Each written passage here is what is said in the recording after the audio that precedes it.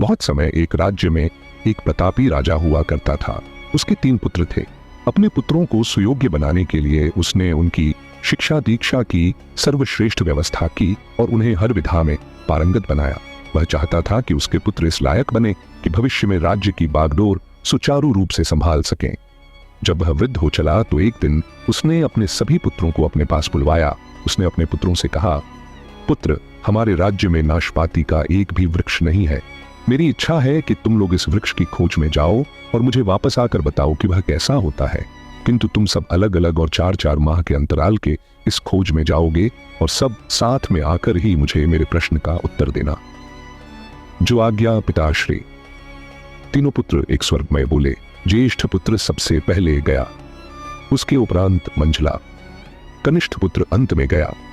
जब सभी पिता के कहे वृक्ष की खोज कर वापस लौट आए तब एक साथ राजा के पास पहुंचे। राजा उनसे बोले, पुत्र, बारी बारी से बताओ कि वह वृक्ष कैसा होता है। ज्येष्ठ पुत्र बोला, पिताश्री, वह वृक्ष अजीब है। उसमें न कोई पत्तियां हैं न ही फल। वह तो एक सूखा वृक्ष है। नहीं, वह वृक्ष तो हरा भरा वृक्ष है। कदाचित उस पर फल नहीं लगते थे। यह एक बड़ी कमी है उस वृक्ष में। मंझला पुत्र बोला। इतने में कनिष्ठ पुत्र बोल पड़ था, पिताश्री, प्रतीत होता है कि दोनों भ्राता किसी अन्य वृक्ष को देखकर आ गए हैं। नाशपाती का वृक्ष तो हरा भरा और फलों से लदा होता है। मैं अपनी आंखों से देखकर आ रहा हूं। तीनों पुत्र अपनी अपनी बात पर अधः गए और विवाद करने लगे। उनके विवाद को शांत करने राजा बोला, पुत्रों, विवाद मत करो। जो तुमने अपनी आंखों से देखा है उसे ही सत्य मानो। तुमने जो देखा है वास्तव में वही सत्य है।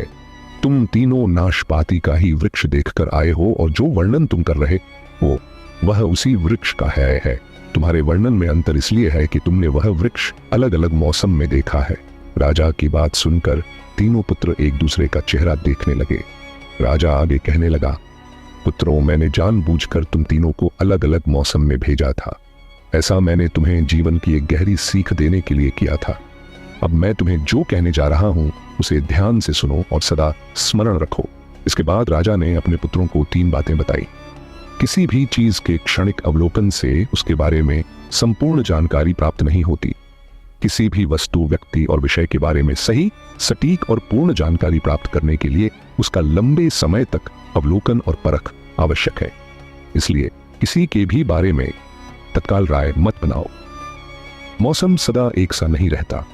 मौसम का प्रभाव जैसे नाशपाती के वृक्ष पर पड़ा था और वह कभी सूखा कभी हरा भरा दिखाई पड़ा, उसी प्रकार जीवन के उतार चढ़ाव के कारण मनुष्य के जीवन में सुख दुख, सफलता असफलता का दौर आता है। ऐसे दौर में हिम्मत मत हारो, धैर्य से उनका सामना करो। मौसम की तरह बुरा समय भी चला जाएगा और सुख का समय अवश्य आएगा। किसी भी विषय में दूसरे का मत अच्छी तरह जाने बिना अनावश्यक विवाद में मत पड़ी हो। दूसरे का पक्ष भी सुनो और उसके विचारों और दृष्टिकोण को जानो। इससे तुम्हारा ज्ञान वर्धन होगा और दृष्टिकोण व्यापक होगा।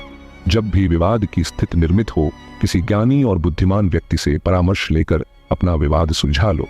राजा की सीख तीनों पुत्रों ने गांठ बांध ली और प्रण किया कि जीवन में सदा इन बातों पर अनुसरण करेंगे।